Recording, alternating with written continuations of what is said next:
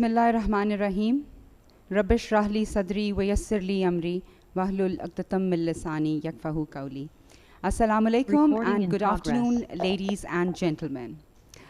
Odors have a power of persuasion which is stronger than words, emotions, appearances, or will.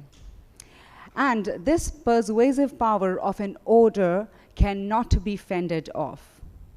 I love the odor of this upcoming panel discussion on just energy transition, which is through its partnership with Germany in the framework of Pakistan-German Climate and Energy Initiative. And I feel that it will surely bring the best out of us today, giving birth to a verdant future of stepping up development cooperation in the energy sector. It's just like a butterfly that masterfully extracts itself from the confines of its cocoons, bursting forth into unexpected glory. Although we have come to Karachi since yesterday and we feel that it's already summer here, but the weather is spring. And it is said that spring adds new beauty and new life to all that is. And that's exactly what we are here for today.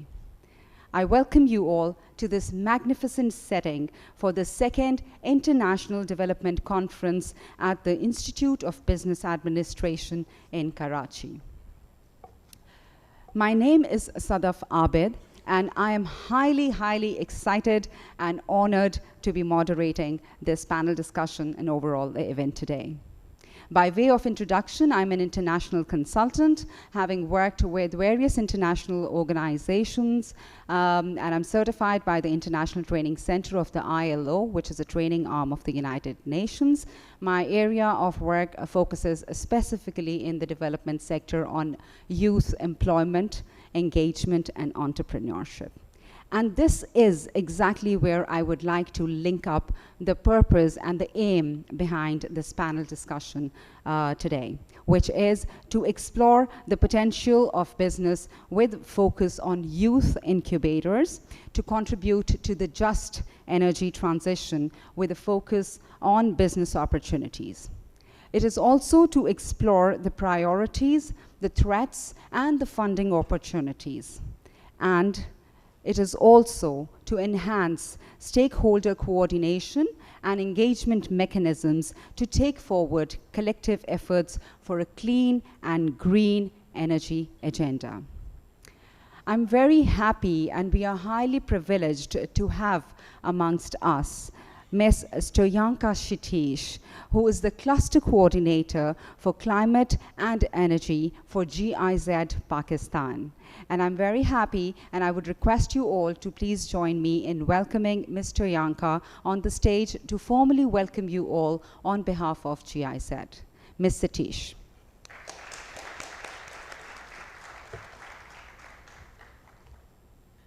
Assalamu alaikum and good afternoon, ladies and gentlemen, also from my side. I deeply regret the fact and say the absence of German Consul General to Karachi, who was supposed on my place to welcome you here.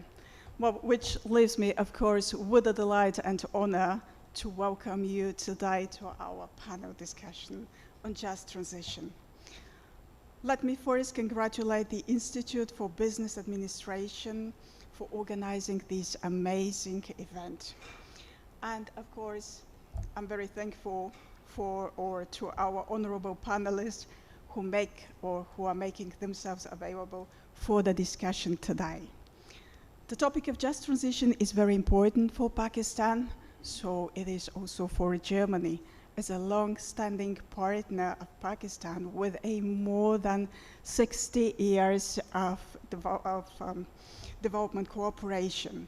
On behalf of the German Federal Ministry for Economic Cooperation and Development, we as GIZ, we are supporting the government of Pakistan on their way or on its way to the just transition. So I'll stop here and leave the floor to our honorable or knowledgeable panelists. I'm so happy to be part or is a part of the conference, looking to a very interesting and inspiring discussion, and I hope that all of you will find, thank you, will find the useful information and experience inspiring discussion. So please enjoy the session. Have a good day.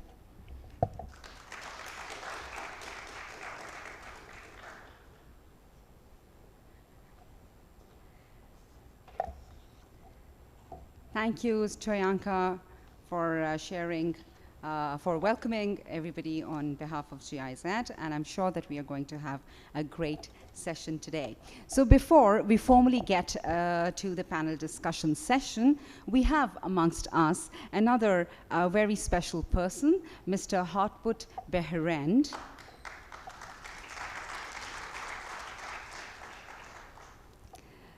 Hartmut is a climatologist who has worked on the politics of climate change since 1988. Please have a seat, Hartmut. Starting in the German Parliament, later in the European Commission, and then in NATO. He has led several projects on the subject of environment and climate change in Turkey, Hungary, Mali, and is currently the coordinator of Pakistan-German Climate and Energy Initiative at GIZ Pakistan. Hartmut would now give presentation on Pakistan-German Climate and Energy Initiative, which is one of its kind initiative to invite developing countries a partner to implement to climate change targets in partnership with Germany, like mentioned by Stoyanka as well. So I would humbly ask Mr. Hartmut to give his presentation and share his expert opinion with us. Please help me in welcoming Mr. Hartmut. So, good afternoon, ladies. Good afternoon, gentlemen. Good afternoon, Institute of Business Administration.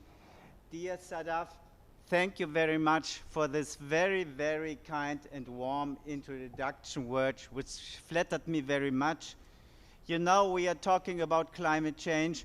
You know what is going on currently in Karachi. We really, since a long time, together with EBR Karachi, have organized this panel discussion today. What we, of course, knew from the first beginning is that when we are talking about climate change, we should really look at the days of the year when the heat is the most. Currently, we have an extraordinary heat. I heard from Karachi it has never been that hot in March like it is now. That's why 3 months ago we exactly looked for this time. Now, I have the honor to very shortly show you the Pakistan-German Climate and Energy Initiative. Here in the first figure, you see how Germany and Pakistan together on the 10th of September agreed with a letter of intent to start this climate and energy initiative.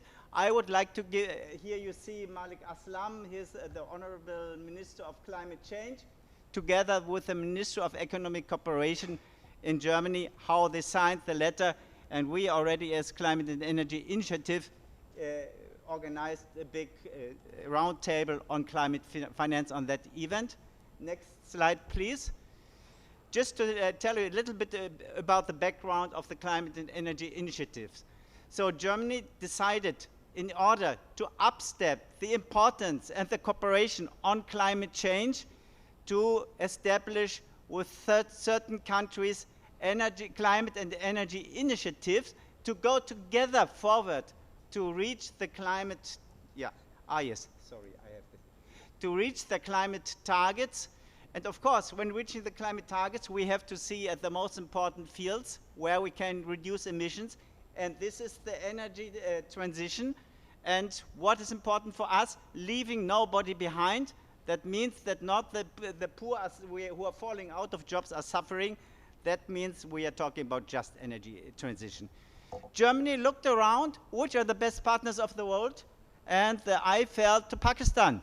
So Pakistan Climate and Energy Initiative is the first which has been launched on the COP26. Now, on the 8th of December, Germany received a new government together where climate change is on the top of the political agenda. And on the 9th of December, we had our first panel discussion like this. It was on how the parliaments are taking forward climate change in the COPs, and with the European Parliament, with the German Parliament, and with the Pakistani Parliament. And there we, of course, said that date was also very well chosen, because it was the morning after the inauguration of that government where the climate and energy initiatives were on the agenda, and we were the first. So this is our next panel. We will go forward, and we will go together with you forward in this climate and energy initiative. Meanwhile, Germany has invited 7 countries. 3 have already launched their initiatives, but Pakistan is number 1, and this momentum we will keep. So, a climate and energy initiative means that we will cooperate on the fight against climate change together, because only together we can go forward and really revert climate change again, or at least stop it at a certain time. The subjects are climate change mitigation, adaptation. What is extremely important is climate finance and just energy transition. Our partners are the Ministry of Climate Change and the Ministry of Energy. Now I have already talked about the role of Germany. Our climate and energy initiative, now concerning the ministries, I'm very happy that today Dr. Saima Shafiq is sitting on our panel on behalf of the Ministry of Climate Change. We have to apologize in the Ministry of Energy because our representative had to leave on short notice to US, but next time we will be both of the ministries. And we have in this climate and energy initiative is consisting of 3 pillars. The first is the political dialogue. There we have, and the objective is to support Pakistan's way forward towards achieving its climate objectives, to share knowledge and experience of ways meant to combat climate change, and to enhance the cooperation on high-level international fora. The next is technical and financial cooperation. That means that we are in contact, in negotiations and contact with the government to see what is the interest of Pakistan, what are the needs of Pakistan to go forward, what is the interest of Germany also to partner. And with this we define new project proposals, new ideas where Germany is ready to fund and support Pakistan a lot, and that's the way we are going now. And then, very important is, this is not a governmental initiative only. We incorporate the private sector, the civil society, the academia, and the youth. And here we are standing with the universities, with the young incubators, with the youth, and with the business, where we will discuss today a little bit how to go forward. Next slide, first activities. I already talked about the inauguration. We started our activities with the first stakeholder meeting on the 27th of August last year. Then we had our first panel discussions with the Sustainable Development Policy Institute. We are currently doing a sensing study on how to cooperate between German and Pakistan private sector to bring the subject forward, and on a youth activation program. And the last very high-level visit was the first visit of our State Secretary of the Ministry of Economic Cooperation, BMZ, to Islamabad on the St. Valentine's Day of this year, 14th of February, together with a board member of the GIZ, Shefa Gümbel, whom you see here on the photo, to visit GIZ Pakistan, to visit the Climate and Energy Initiative.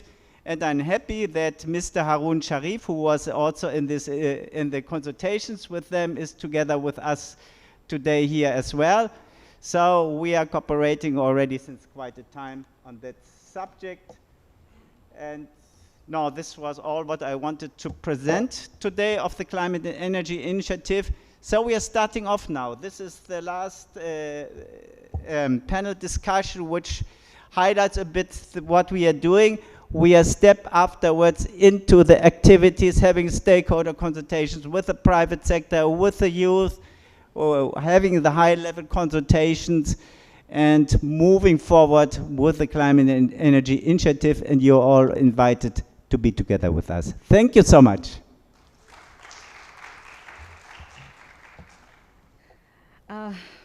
I think we are highly grateful to GIZ as Pakistanis for this very timely decision on having this initiative.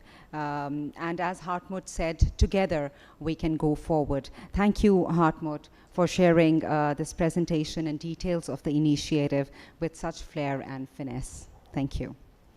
So coming back to the panel discussion, the purpose that why we are here for, the aim for today's panel discussion is to explore, like together we are going to explore through this exchange of views, the potential of a just energy transition in Pakistan.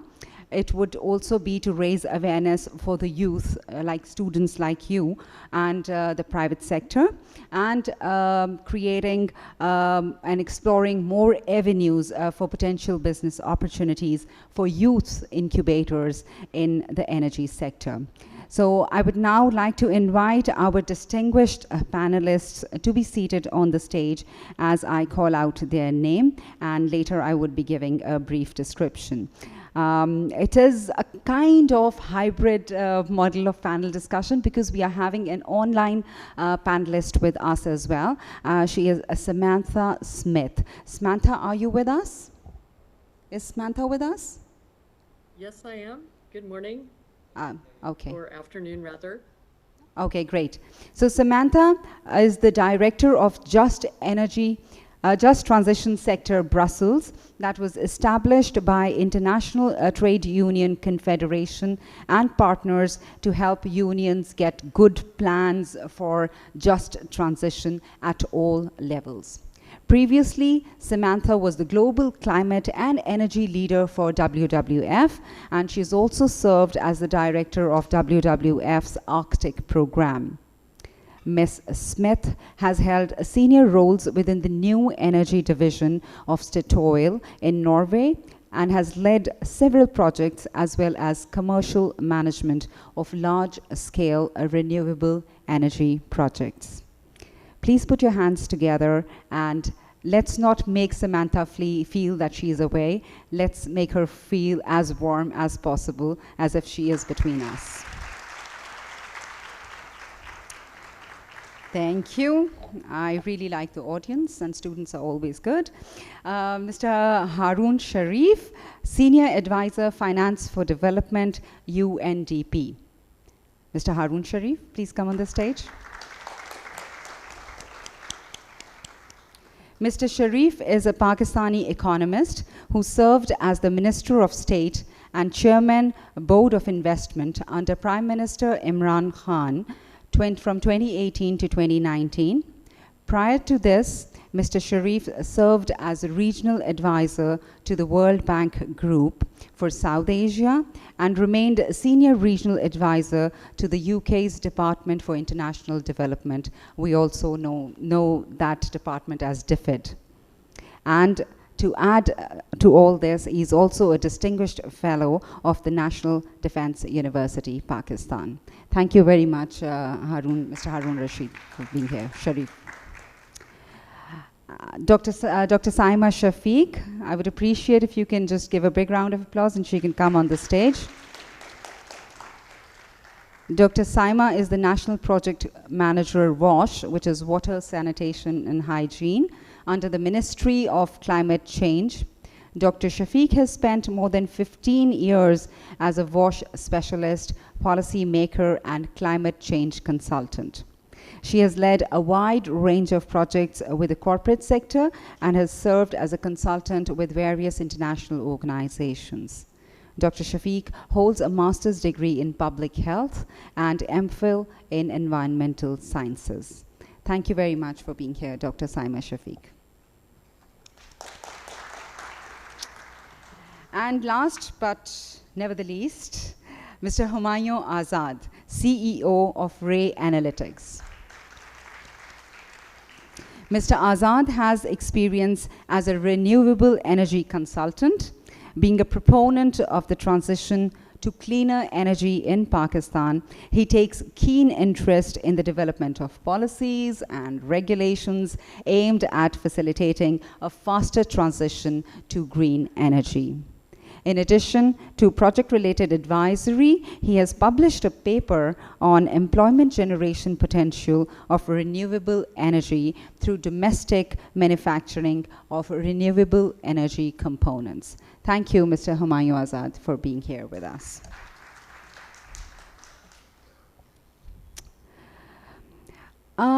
Well, we all know about Sustainable Development Goals. And today we're going to specifically talk about Sustainable Development Goal number 7, which calls for ensuring access to affordable, reliable, and sustainable energy for all.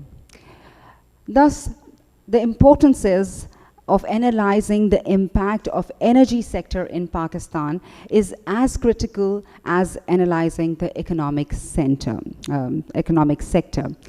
So I would like to, I would like to give 5 to 7 minutes to all the panelists to talk about it, their views on just energy transition, your vision on how to achieve Sustainable Development Goal number 7, and if you have any views about this initiative that Mr. Hartmut has just spoken about.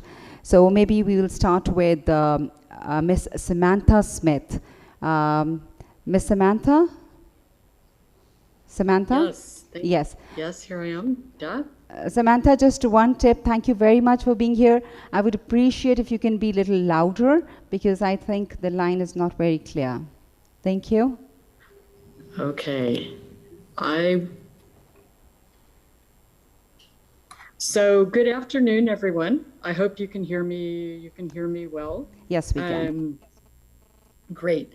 Thank you very much for the opportunity to speak today, and I'm just sorry I can't be with you in person. I'll just dive into it. And you've introduced me. I work for the International Trade Union Confederation. We represent 200 million organized workers in 162 countries. And ITUC set up a Just Transition Center in 2016 in order to help unions, but also governments and employers get good plans for just transition. And the background for us doing that was the setup in the United Nations, the negotiation in the UN of global rules for just transition. The concept of just transition has its roots in a few places. One of them is in Sustainable Development Goal 8, which is about ensuring inclusive economic growth and decent work for all. So in addition to SDG 7, which is about energy access, I'd also like to focus a little bit on Sustainable Development Goal 8, which is about how do we get more good jobs out of this process of energy transition. Some other parts of the UN rules for just transition are found in the International Labor Organization's guidelines on just transition, which were negotiated in 2015 in a tripartite process involving employers and their organizations, unions and our organizations, and governments. And then finally, in the Paris Agreement on Climate Change, at the end of 2015, we also have a requirement for just transition that all of the parties to the Paris Climate Agreement must consider the imperative of the just transition of the workforce and the creation of decent work and quality jobs. Since the Paris Agreement was negotiated, we have seen big steps in a number of countries on just transition.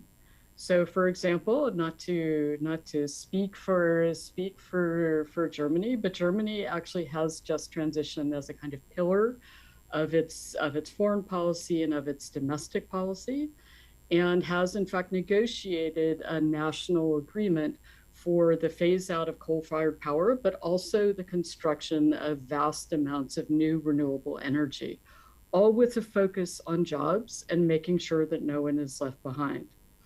And in the European Union, there is an EU level mechanism for just transition involving technical assistance to European countries to help them plan for and deliver a just transition. Again, focusing on quality jobs, on a safe and sustainable transition to renewable energy and energy storage, energy efficiency, and also a mechanism to provide funding. In other countries such as South Africa, Canada, Indonesia, Nigeria, and of course, and even the United States, Colombia, Chile, Brazil, there are also processes ongoing on just transition, some more advanced than others, but generally focusing either on the energy sector or transport or buildings as the main sources of emissions. So a few remarks on just transition and perhaps how it can be most useful in Pakistan. Well, at the last UN climate negotiations, countries that are major donors of climate finance, including Germany, all agreed to a declaration binding them to deliver a just transition in their international climate finance. And that declaration really focuses on the need for international climate finance to respect labor rights and to encourage social dialogue between workers and our associations, businesses, and the government. And also to be sure that climate finance is producing decent jobs. A second important development at the COP was at the climate negotiations was the announcement of a political commitment between a number of governments providing climate finance and the South African government, where all of these governments agreed together that they are now going to negotiate a finance package for South Africa's energy sector, focusing on ensuring a just transition for workers and communities in the closure of some coal-fired power plants in South Africa, but also in the repowering of these plants for renewable energy. So I think that we were asked to say a bit about what do we think the opportunities are. Well, one opportunity is that in Pakistan, there are a number of oil-fired power plants that may be reaching the end of their commercial life. There's also a very large number of people who need access to clean, safe, reliable, and affordable energy. We're in a moment where fossil fuel prices are extremely high globally, not even to talk about LNG, but also coal and oil are expensive, and where it is increasingly urgent for all countries to develop supply chains and generating capacity that is going to take them off of the volatility of these high fossil fuel prices. So when you look at all of these things combined, that you have a supportive international environment for finance to the energy sector for a just transition, that is going to create jobs and leave no one behind. You have very high prices in parts of the energy sector, which make the cost of, for example, solar and wind really attractive. And you have a huge job creation and business creation potential in developing not only new generating capacity, for example, in solar power, but actually in looking at how to develop the supply chain, the value chain for renewable energy. It seems as if there might be a number of opportunities. I don't want to say too much about that. That's not really my role, but I would just say that we have learned from 5-6 years of just transition that it works. You can have an energy transition that actually does create a lot of good jobs, that enhances national energy security, and that leaves no one behind, creates development, helps as well to ensure that people get access to clean, safe, affordable, and reliable energy. And we've learned that not only from experiences in wealthier countries like Germany, but also in other countries with really pressing problems of employment and ensuring the quality of employment. So just transition is for everyone. It's for all countries. It works, and it can also be a solution to issues of employment, of energy security, and of access to energy, as well as creating good jobs. Thank you. Thank you.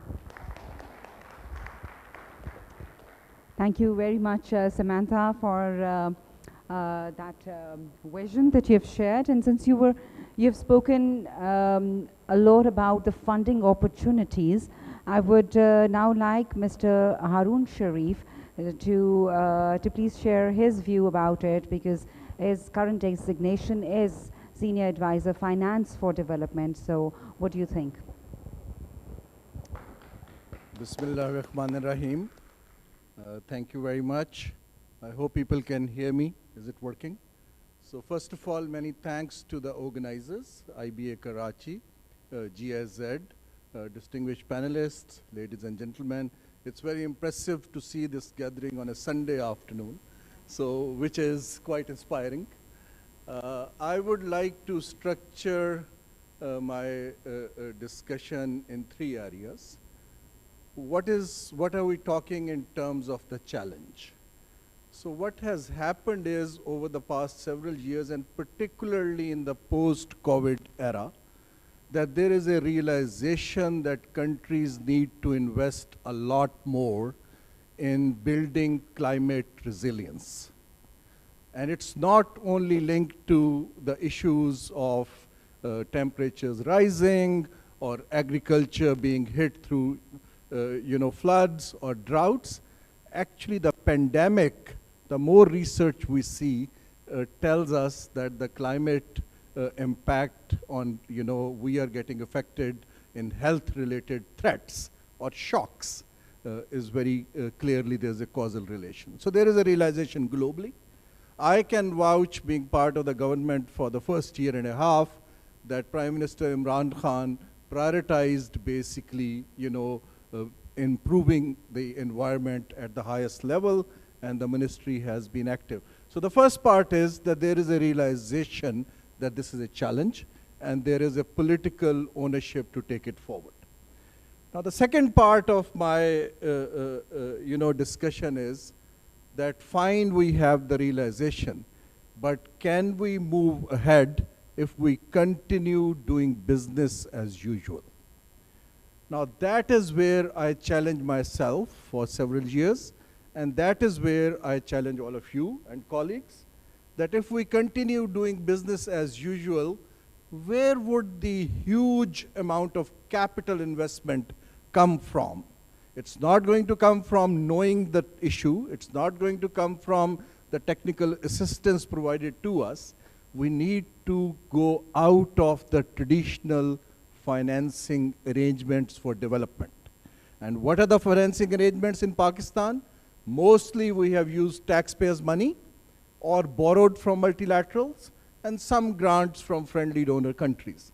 Now that framework does not even cover 1% of the need, whereas we need 16% of GDP to deal with it. Now how will that gap be fixed? So my work for the over year and a half, UN Secretary General has made a group called Global Investors for Sustainable Development. So I have been looking at few countries, including Pakistan, and with Foreign Minister a couple of weeks back, I launched the first report, and I encourage you to go on website of UNDP and look at it. It's called Leveraging Private Capital for Development in Pakistan. So we need to see how can we expand the pie. So I just wanted to set the context in the first 2 minutes. Now, how have countries done it, and what should Pakistan do is the main crux of my discussion. Few suggestions. but basically to provoke your thinking that how future looks like and how we need to move ahead. So what I'm here arguing is that there is no way in the next 5 to 10 years, Pakistan in these traditional ways of financing, which is tax collection and borrowing, we can have the fiscal space required to have an impact. There is no way, because the structure of economy of such a big country, it takes long time to change. So if we don't have the fiscal space, so what are we talking? And that is where I challenge. Our current, for several years, our investment to GDP ratio is 15%. It has to go up by 10%. And now that is massive. So what the argument I have made is, if you look at the report we have issued through United Nations, and now I'm glad that Germany and GIZ and the Pakistani private sector is talking to us on that. So we are looking at a new framework of incentives where we can tap financing through 3 distinct areas. So number 1 is that the traditional financing needs additionality. So we do blending financing and start talking to regional sources of money, particularly countries who have interest in the region, this whole regional connectivity with China, for instance, the Gulf countries. Already even Saudi Arabia is talking about this just transition because they are talking about green environment, new cities. So we need to tap the money in the region. And let me tell you, there is huge liquidity available in the region, but we need to change the mindset that how to reach out to that pool of money. I give you an example. I have been for 6 years a regional advisor to the World Bank. Now the World Bank financing to Pakistan is around $2 billion a year. Only Qatar Investment Authority alone, the size is $356 billion. And they have allocated up to 5% for impact and development, investments. Now how do we tap that money? So we need to, this technical assistance which Hartmut spoke, we need to learn that how to talk their language. We have been speaking language of World Banks and Asian Development Banks and donors only. My second area is there are pockets available within Pakistan. We have not developed tools to incentivize the capital market to raise some of the money for development. For instance, why can't we raise money for electrical vehicles? It is repaying. Last night I was hosted by Karachi Port Trust. They have fantastic projects to clean the ocean. Why can't we raise money when 25% of the city's economy depends on trade through ocean? Now that is where private sector comes in. Over the years, we have liberated states' role, lots of deregulation to markets, but markets make money out of this environment unless markets become part of this thing. So my second take is that reach out to financial markets within Pakistan. First is that go to the regional funds, reach out to here, and third is that the state needs to come with a policy framework which creates incentives. For instance, if you want to put solar energy on all the universities, including this particular university where we're sitting, what is the incentive for universities to do it? So we need to come up with incentive structure. It doesn't have to be only fiscal, so that they can be part of this whole transition. Now I'm going to, how much time do I have? I'll take last 1 minute. There are a few things which I've learned over the 30 years of my career and then, part of the cabinet and regional dialogues. How do we move forward? We need to look at the governance of this whole sector. The governance through ministries will not attract these resources. So we need to look at independent governance structures. What's happening in the political scene in Pakistan does not give comfort to investors. So we need to insulate certain transactions out of the state system and put it in an independent governance structure. My last bit is that once we have that, we need to get into strategic partnerships. with financial institutions, with regional partners, and start a dialogue that how can you come in so that you can invest in, and there are projects which are sustainably, they can repay your money, but you take profit as the impact created by the project. And that is where I'm very pleased that with the finance minister, we are working on a $2 billion initial initiative to raise in the next 3 years for climate resistance and development in general. So I just wanted to give a flavor of thinking differently. I'm afraid if we continue with the model of the country which we are going, we might not be able to deal with this huge shock which might come our way in the coming years in multiple ways than we can imagine. Thank you very much. Thank you, Mr. Haroon Sharif, for giving us that point of view on private sector investment. And I really like the way you said business as usual is no more required. So whenever we talk about private sector, it's always important to hear what the public sector has to say, because they go hand in hand. So I would invite Dr. Saima Shafiq to give us the opinion of the public sector on how we can take forth this initiative. Dr. Saima Shafiq. Thank you very much. First of all, thank you to IBA and the administration of GIZ for inviting us and making special efforts that we are part of this event. So I will be talking about very briefly how Ministry of Climate Change is taking up things in our revised climate change policy of 2021 and what is NDC is talking about this perspective, and just give you a very brief overview under the scenario in which this climate energy initiative has been launched or started off. So very briefly, if you look at the slides that from the vulnerability point of view, Pakistan is ranked in top 10 countries from the last 2 decades. We have in the top 10 countries. And this has costed us a huge economic loss, and unfortunately the brunt is being faced by the communities and individuals who are from lower socioeconomic stratas. And Pakistan has witnessed almost 152 extreme weather events in past 2 decades. Our national determined contribution communicates very clearly that our mitigation needs to reduce emissions by 20% requires almost 40 billion US dollar, and our adaptation needs range between US dollars 7 to 14 billion per annum. So climate change in Pakistan, the challenges which are being prioritized under the climate change policy as well as NDCs are rapid urbanization, energy insecurity, water scarcity, low agriculture productivity, and food insecurities. And as Mr. Haroon Sharif has very clearly reflected upon the health sector, so there are very limited capacities as far as adaptation sector is concerned. And under adaptation, water sanitation and hygiene sector, adaptation interventions and health sector adaptation, we are very far behind in the pathway where we can work upon the adaptation interventions as far as the climate change is concerned. So the Climate Energy Initiative, it has led to a cooperation and collaboration for the environmental sustainability and green development sector between the 2 nations.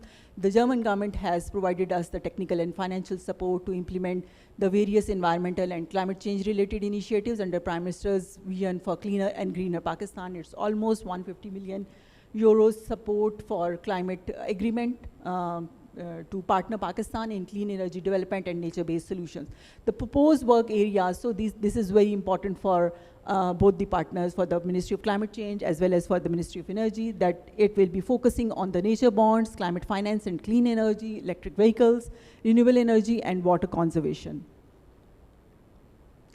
So as Hartmut has already presented in his presentation that almost 6 to 7 developing countries are taking forward with this climate energy initiative, and Pakistan is the first one to initiate and launch it, and it will have an engagement process with both the government and the development sectors. And it is envisaged that both the nations will learn from each other through by mutually beneficial goals. Now coming over, what are the high priority areas under ecosystem restoration, which again is reflected very clearly in both the policy documents. One is the ecosystem restoration initiatives, protected area initiative, blue carbon, and natural capital accounts. High priority areas under adaptation, again, National Adaptation Plan, youth and gender development is one of the priority area. Climate smart agriculture, marine ecosystems, recharge Pakistan, sustainable urban development, air pollution, forestry, climate resilient water and sanitation sector is also prioritized. And under mitigation, alternative renewable energy, electric vehicles, carbon markets, circular economy, sustainable consumption and production, GHG inventory, MRVs, long-term, low emission and development strategies. These are the priorities under mitigation areas. So Hartmut has already briefly tell us that how far we have gone through this climate energy initiative. It has been launched, and currently the scoping study of private sector engagement has already been conducted, and youth engagement for climate action is under process. So a very brief overview of Youth for Climate Action. This is a youth-based climate ideation challenge that has been initiated and currently underway. All the university students are encouraged to share their innovative solutions to Pakistan climate challenges. Best ideas from all the provinces will be selected, and Filane will be held in Islamabad, where youth leaders will be selected to represent the country at international forum. So this is the climate youth challenge that is currently underway. So currently, a strategic overview has been finalized between both the ministries, and a high-level policy workshop is expected in April 2022. So this is quite a brief overview of climate energy initiative that has been taken forward by Ministry of Climate Change. Thank you very much, Dr. Saima, for that very interesting presentation. And I really appreciate the fact that you mentioned the priorities of the government for the incubation, as well as, so it seems that the government is very working efficiently on bringing in youth leaders in the energy sector. And that brings me, it's very important for you all also to understand why we are here and what exactly, how it is going to benefit you. So to bring in your point of view, the youth's point of view, I would like Humayun Azad to please shed some light on youth incubators and how you can relate to the private sector investment as well as what the public sector said. Thank you. So I'd like to thank the organizers for organizing a very diverse panel. So for example, we have Harun Saab here, who's an economist, we've got public health experts, myself being an engineer. And that's exactly reflective of the kind of skills, the diverse skill sets that go into this topic of energy transition. Let me give you an overview of how we have transitioned in Pakistan. So our first renewable energy policy came in 2006, which set a target of sourcing 5% of our energy needs from renewable energy. Under that policy, we got about 500 megawatts of wind and solar projects. If you guys drive to the highway about Nuriabad, you can see a lot of the big wind turbines in the distance. Now, in 2019, we got a newer policy, which sets a much bigger target of 30% penetration. And just right now, within this month, we'll see an addition of 300 megawatts of wind power coming onto the grid. So we have started the process of transition, but if you add it all up over, say, 15 years, we've only covered 1,500 megawatts, which is too little when you compare with the likes of China, the likes of India, and those countries. There are reasons, we'll go into that shortly. The other aspect is when you talk about an energy transition being just, then of course one of the aspects of being just is that providing equal access for participation and also for benefiting from this renewable energy. Now we know that renewable energy is, generally speaking, is cheaper than the conventional non-renewable sources.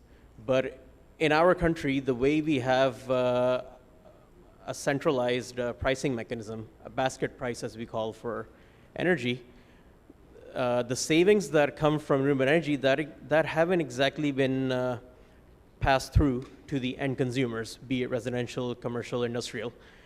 On the other hand, when you look at the cost of renewable energy, back in 2011 or 12, when the first projects were coming online, we had a tariff of about 14 to 15 cents per unit.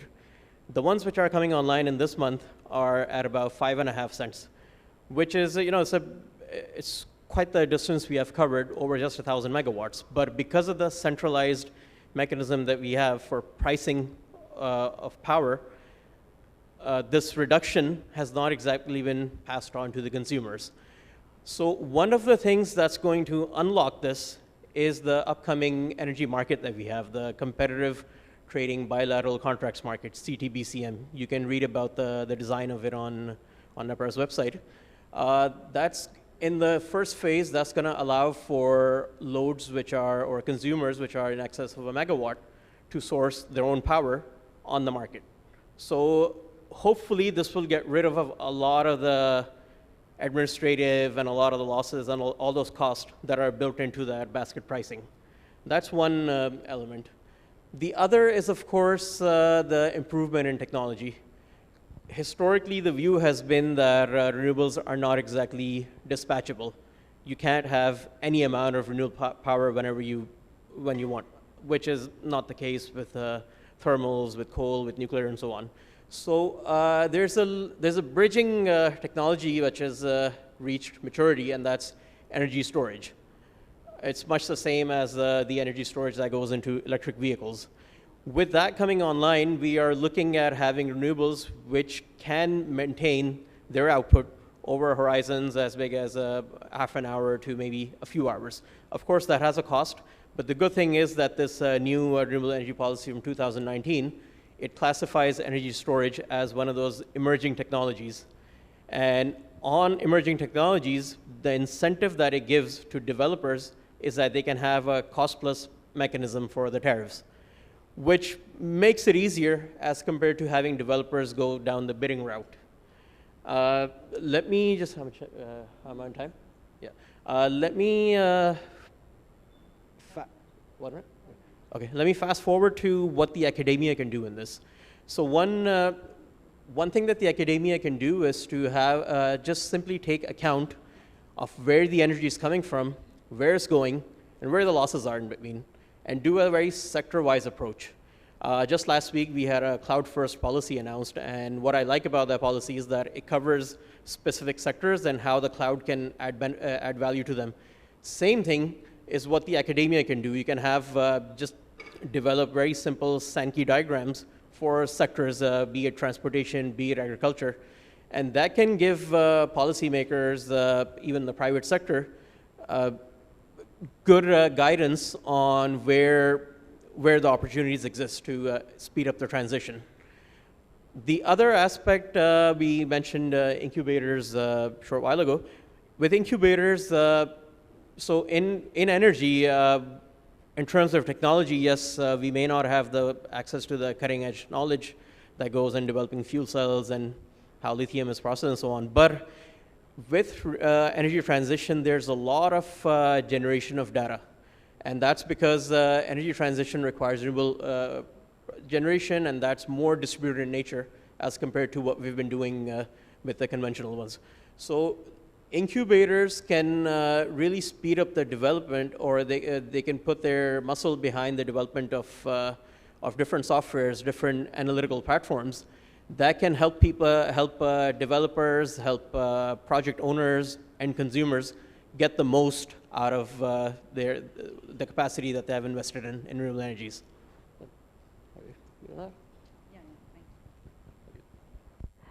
Thank you very much, Humayun. That's quite interesting how you mentioned academia, and I'm really grateful to all the panelists for giving us this 5 to 7 minutes and a deeper vision on what they think about the topic. Coming to some questions, and I'll take forward the discussion from where Humayun left. He's talking about academia's role in energy transition. So I would like to bring in Mr. Haroon Sharif. Maybe you can put some more light on, before academia comes in, what challenges you think in the first place need to be tackled by the private sector investment so that it becomes easy for the academia to take this forward? Thank you very much. An important area. First of all, I think we need to put an effort to connect academia with industry. We need to connect academia with the policy. And how do we do that? For instance, you know, in the areas of environmental sciences, in the areas of economics, or you know, development studies, we have in academia research. So research need to be applied. Research should be valued and funded by private sector so that it benefits them. And that is where institutes like IBA are very well placed to foster academia and, you know, and industry relationship. That's number one. So that we need to understand each other better and add value to our respective goals. Second is, unfortunately, our policy at the moment is all hostage to bureaucracy. And that is where academia's influence has to come in. If you have good public policy research, that research needs to reach out to the people. I would have actually liked, I'm not a politician, I'm more of a technocratic politician, but I would actually like somebody, a public representative of the city sitting here and actually talking to us. So we need to reach out to the policymakers, but through evidence. It's critical that evidence goes in there. So industry academia linkages, public policy academia linkages, but also, you know, innovative startups coming out of academia. We need a funding mechanism and a technical assistance mechanism to encourage new ideas out of academia and youth. This is my personal way. That's how successful transitions have actually happened. That's very, very interesting, especially the fact that you mentioned evidence-based policy making, connecting academia with the industry. Samantha, we are very much there. So I'm coming to you, but before I come to you, I would like to put up this question since Haroon Sharif has spoken more about research. So I would like to put up this question to Dr. Saima. Dr. Saima, what do you think, in which sectors do universities, and especially these university students, what would you guide them, need more research or research cooperation with other countries? Like earlier also Haroon Sab talked about the blended funding in on regional basis. So what would be your view on that? Thank you, Sadaf. I will just quote few examples what we did in the recent past within Ministry of Climate Change. I'm taking care of the water sanitation and hygiene unit. Under that unit, we have established a research caucus in coordination with the academic institute working in Islamabad, like NUST, PIDE and Qaid-e-Azam University, and there are a few more as well. And we have established a caucus under Ministry of Climate Change to actually list down the priority research areas that are being prioritized from university side and what are required at the national side from the perspective of climate change policy, and as well as the two policies. One is the water policy and the national sanitation policy. So we have listed down some of the prioritized areas and started work in collaboration with the academic institute under that caucus. The caucus has been notified. I'm not sure that how successful we will start working on and how it will unfold in the recent years. But yes, this is one way of doing things, and we have taken a small step. And we are envisaging that in the near future, we will be able to actually come up with the more relevant research studies that are actually required as an evidence or policy-based, that are required for the evidence-based policy formulation. So this is just a practical example which we did very recently. But we yet have to see how it unfolds and what are the lesson learned. Okay, thank you. Good luck with the lessons learned, and we are sure that a good report is going to come out of that. I would like to take Samantha with us. I wondered how Samantha looks like me. But anyway, Samantha, are you there? Yes, Samantha. I'm here. Okay, Thank you. great. Samantha, you must be hearing this conversation that's going on. We've spoken about research, linking academia to the industry, and these students sitting here, they are also very much interested into another point that I'm putting forward, that is employment. So when this transition takes place, there would be a lot of unemployment that we would be looking forward to. How do you think that this transition will be just and we don't leave anyone behind? Your views on that, Samantha, please.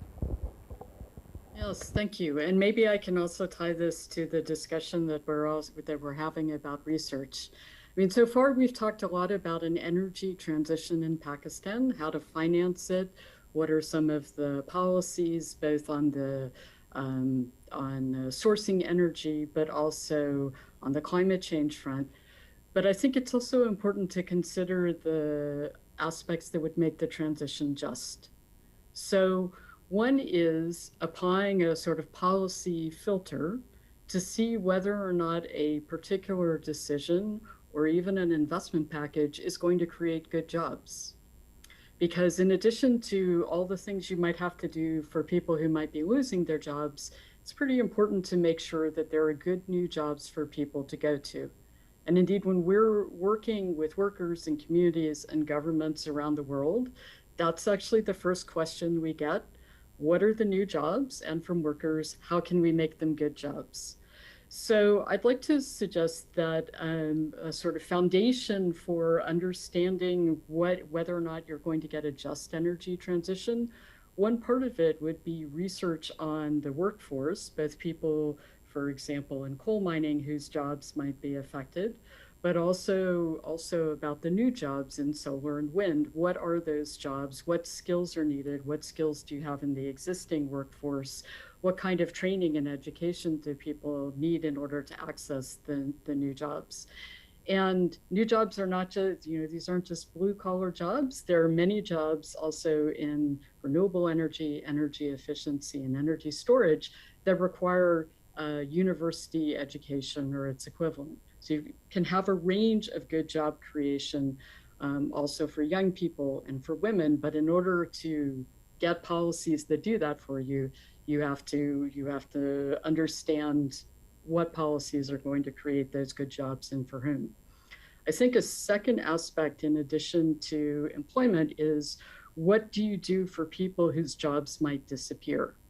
And that again depends very much on who holds those jobs today. In a lot of countries, the workforce in the mining sector, and especially in coal mining, is you have many older workers who probably their best path is to a secured pension, old age payment, some kind of bridge to that pension, and getting their healthcare secured. The other aspect of ensuring a good transition for people, again, focusing on the mining sector, is that in countries where you have a lot of clean energy minerals, so for example, Pakistan has many of those minerals, then having a critical minerals mining strategy and developing the mining sector so that the country can own more of the value chain from mining through manufacturing through to installation of renewable energy or manufacture of components for electric vehicles or charging systems. That's also something that will create employment and also create new jobs for people whose jobs might be disappearing in, for example, coal mining. So a critical minerals mining strategy. I think a third thing that we've touched on, but that's really important in every country, is not just about jobs, securing pension, social protection, and healthcare, but also about the cost of energy. Because we are facing a global energy crisis, as we discussed, where the prices of all forms of energy are going way up and may stay that way, and that's particularly true for fossil fuels. So in addition to this, does it create good jobs filter for policymaking, and also understanding who, what skills people have, what are the demographics of the workforce in the energy sector? Would suggest that an important policy filter is how do we create new energy sources, expand energy generation in a way that is going to make energy affordable for poor and working class households.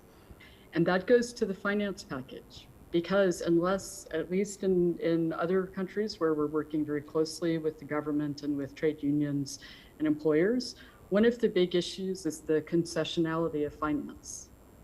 So if finance doesn't have, doesn't stimulate the creation or have as a goal the creation of good jobs, if it's not developmental in nature, and if it adds to the debt burden of the country and or makes energy unaffordable for poor people, then it might not be a sustainable solution.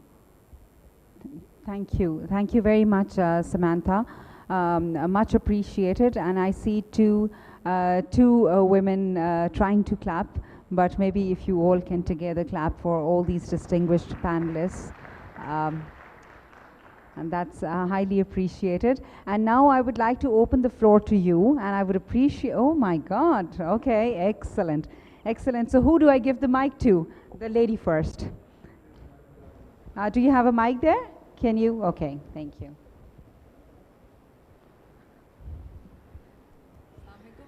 Walaikum salam. Ji, what is your question?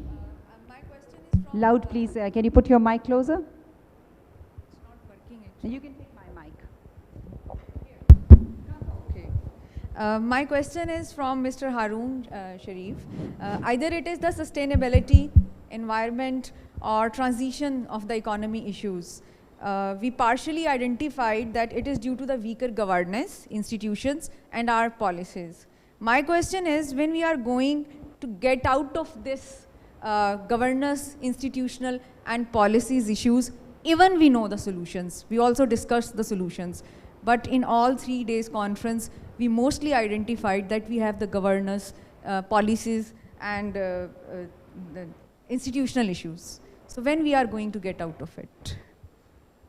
Okay, what we'll do is that I take the idea of Mr. Harun Sharif. We'll take a couple of questions and then we would go ahead. आप में से किसी को नहीं पता मेरी दूर की नज़र कमज़ोर है. I'm sorry about that, Hartmut, but I can see that big hand there. Yes, please. Hello, Assalamu alaikum. My name is Junaid Alam Meman. I am professor of development studies at earlier I was at PIDE, but now I am at IBA. So sorry, apologies to IBA fellows. I see from the discussion and this energy transition, I see that a lot of focus is on employment generation. That is of course good because we have a lot of statistics saying that is there is a huge potential, but what we are forgetting here is that all of us who are sitting in the audience, we are the consumers. So I think any transaction cannot be become just if we forget about consumer. Since we are talking in context of German relationship and a lot of links with Germany, I would put European Union's directives that says that basically energy directives that talks about putting consumers at the heart of energy transition. So lately with Professor James Lostich, with whom we have some work on energy transitions, we are trying to basically our argument is that the institutional arrangements that we created during this fossil era cannot meet the energy needs of the kind of energy systems that are decentralized, not only in terms of their production, but accounting, for example, these blockchain technologies and stuff like that. So we need to think out of the box. So for example, Dr. Harun Sharif, he had been, I think at some point he had been engaged with the Security Exchange Commission of Pakistan also. So I will try to link by putting is like that we are doing some research that basically sees how we can mobilize energy cooperatives as an investor in this energy setup. And so we have devised, Professor James and we have devised a model where we try to see that how we can create a kind of model that we call consumer stock ownership plan. Thank you. Thank you for your question. I think, I'm sorry for interrupting you, but that's this is all. more of a comment than a question. So I have asked the question that how we can mobilize, particularly when the Security Exchange Commission okay, kind great. of stuff is involved in that. Okay, great. Thank you. Sorry, I didn't get your name. Junaid. Thank you, Junaid, for that question. And we as consumers, if we try to be precise, that creates more impact. Most of the questions are for Mr. Haroon Sharif. I'm sorry, that's because of the introduction, I suppose, Haroon. You were associated with the Prime Minister, so, so maybe you can answer these two questions and then we can go ahead. Haroon. Junaid, and what's your name? Thank you very much. I'll try to be brief.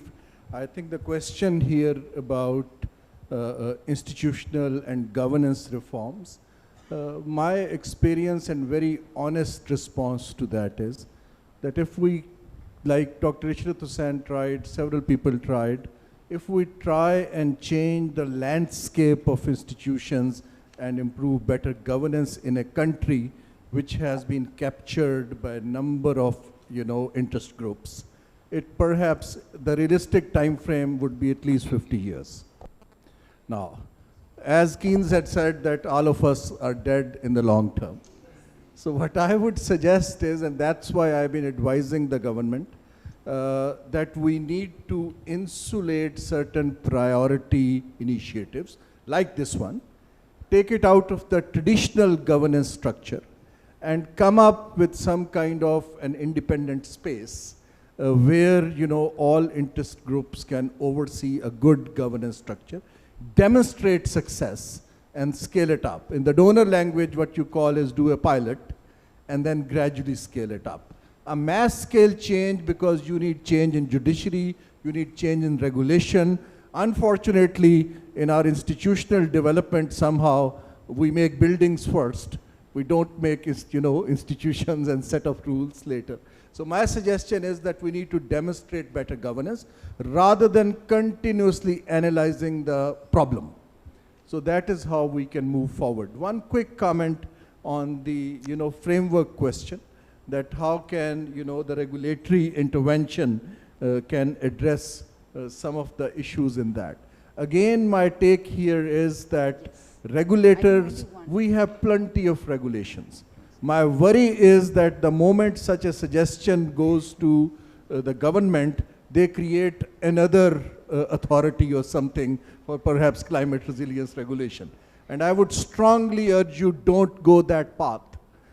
Under the Securities and Exchange Commission, you need to create space for capital to come in, ideas to come in, and incentives. And that precisely I wanted to highlight, that you need to have an incentive framework where people can find more space to do these things. The institutional change, I'll stop there, is largely a political decision that you want a different way of governance. And the way I see politics in Pakistan, I really don't see that happening in the near future. That's where I say that take out the priority and put it in, a better public-private kind of partnership arrangement. Right. Thank you very much, Haroon. There's so many excited students, but we really apologize. Rather, I apologize because I'm standing at this position of responsibility. So I need to keep an eye on the time as well. I'll take just one question of... Okay. Of course, I was going to give it to you. I was just kidding. I'm sorry about that, but we can talk later after the session finishes. Please come and we can talk. Yeah, I'm so sorry. Thank you very much. I'm Sajjad. I teach here. What's your name? I'm Sajjad. I teach here at Social Sciences Department. Okay. Quick question to Ms. Saima and then one to Mr. Haroon. Maybe Hartmut can also answer that. Okay, yeah, sure. Okay. Yeah, yeah, I think Hartmut would answer, yeah. When we talk about this climate mitigation and the policies that the government of Pakistan is implementing to bring clean energy, we see a dichotomy here that on one hand we are talking about the clean energy, but on the other hand we see that the reliance on the coal-fired power plants. And where on earth does this happen, that you place a coal-fired power plant in Sahiwal, which is your agricultural land, which is not just destroying that land, but it's fumes hai. They're also destroying the agricultural land, which is disturbing all this eco-balance. And one question, quick question to Mr. Haroon, that you talk about the bureaucracy and the policy making. Where do you see this devolution of power to provincial governments? How would it help in all these, in constructing these? Thank you. Just very briefly to the part which you have identified, that there is a dichotomy in the policy as far as the emissions are concerned from the coal power plant. Yes, there were coal power plants that were being built, but very recently in this 2021 climate change policy and NDCs, which were revised and are submitted before November Glasgow 26, COP26 in Glasgow, it very clearly reflects they will not build on new power plants, and they are also having kind of a plan in which they will be reducing the generation of energy from the existing coal power plants as well. So there is a pathway which we are treading, but I'm not saying that it's a very kind of an committed kind of thing, but definitely there are few steps that are taken in that direction. Thank you. We can get into discussion after the session gets over, because we need to leave the hall. Hartmut would like to say just a couple of words, and I'm really sorry, sir. What's your name? Yes. Jibran ने कहा था कि भूख हो तो शायरी नहीं सुनी जा सकती। हारून साहब ने एक बड़ी अच्छी बात की, उसके लिए इकबाल ने कहा था कि जरा सी नम हो तो बड़ी जरफई से मट्टी साकी। आपका टोटल एनर्जी मिक्स का लेस देन 1% कोल के ऊपर है। Germany is producing 30% in the coal. Whole world is producing in the coal. You have to prioritize. You have to trade off between what you have on the plate. What's your name, sir? What's your name? Naval Vaswani. Naval Vaswani. You can say the same thing politely also, don't you? It's a good point. Maybe Haroon can answer that. And I would reply in the Shairana tone as well, like you said. Yes, I'll make Haroon. a quick comment, then you can close, Hartmut. Okay, we have taken your comment. Can he answer? No. Can he answer now? No. He'll answer. We are short of time. I'm sorry, we are short of time. Very quickly, there is a debate. There are two schools of thought in the public policy on coal. One school of thought is what you are saying, that our reliance on coal is so low. Why shouldn't we get out of the expensive oil business and move towards coal-based energy? Other school of thought, which is pushed by international pressures, is actually saying that coal is bad and you need to move more towards alternate and other energy sources, okay? And that is where quality policy research fills the gap. People need to be informed where to go. I have sympathy with both, because both schools are actually not that informed at the moment. But Pakistan, I agree that our reliance on coal is very little, but we need to be strategically placing these plants, not perhaps as mentioned in the heart of places. On devolution, I think what has happened is, and that's where I try and support my argument, that the capability in the state structure is divided and not coordinated. The word is fragmented. And a fragmented institutional structure does not inspire confidence, because there is no convening space to do policy. So we devolved the powers, but the capability part lagged behind. So now we need to decide, and that's where I'm saying that insulate priorities from the existing flow of policy making and demonstrate that a good, solid intervention can come up, and then provinces and devolved structures can pick it up. In the current structure, my worry is there are too many cooks. Right. And with very little knowledge of cooking. And that's where the problem lies. Right. Thank you. I'm sure that it can be a great discussion on that. With special apologies to Stoyanka, Hartmut and Samantha. Iqbal ne ye bhi kaha tha ki nigah buland, sukhan dil nawaz, jaan pursoz. Yahi hai rakht safar mere karwan ke liye. तो इन तीन चीज़ों को भी लेके चलें तो चीज़ें अच्छी होंगी. Hartmut would like to say just a few words. Thank you.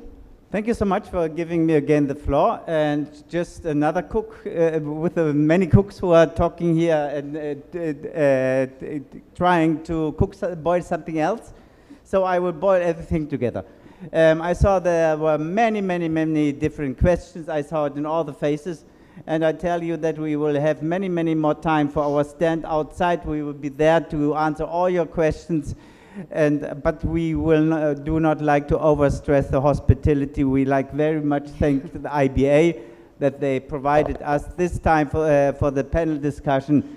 And 2 words to the discussion before, when we're talking about academia and the cooperation. One thing is really essential. This is the communication. And in Germany, we started indeed with climate change politics with an enquete commission which had to shorten the way between the academia and the politics. That means both have to talk in understandable language, not in abbreviations, not in high-ranking language where they feel themselves very proud because nobody understands them. No, we have to be very clear in our language. Thank you so much, and thank you for having been here. Thank you. Thank you very much, Hartmut. I understand that this is something very new, that energy we are talking about, but there is always a first step that we have to take. And once you take that first step, no one can stop us from going ahead. We need to take inspirations instead of challenging. Take inspirations from Germany, from South Korea. And the country director, GIZ, Tobias Becker, recently, just 2 days back, he shared a post on LinkedIn, and I wanted to share this with you. It mentions that South Korea, there is a solar panel in the middle of a highway with a bicycle path underneath. So the cyclists are protected from the sun, they have an isolation from the traffic, and the country can produce clean energy as well. So it's time to take inspiration for all of us. As we end today's panel discussion, I would like to thank you all for joining this conference, and especially this panel discussion. Thank you, Humayun. Your presence today shows a strong commitment towards a clean, green energy transition, as the government of Pakistan is already committed as well. Thank you, Humayun. Okay, thank you. No, I'm just saying. So in particular, I would like to express my sincere gratitude to the panelists and the speakers for sharing their expertise with us. I have taken a note with great interest of all your valuable interventions. Let's support just energy transition, which is a significant building block of climate politics. Excuse me. I would also like to thank the organizers of the event at IBA and the staff supporting through the admin responsibilities of GIZ, Khadija and Maneeb, for making this event possible. And in the end, as I always close all my sessions on this note, again, excuse to the people who don't understand this, but झेल गए दुख झेलने वाले अब है काम हमारा. झेल गए दुख झेलने वाले अब है काम हमारा. एक रहेंगे, एक रहेगा, एक है नाम हमारा. पाकिस्तान जिंदाबाद.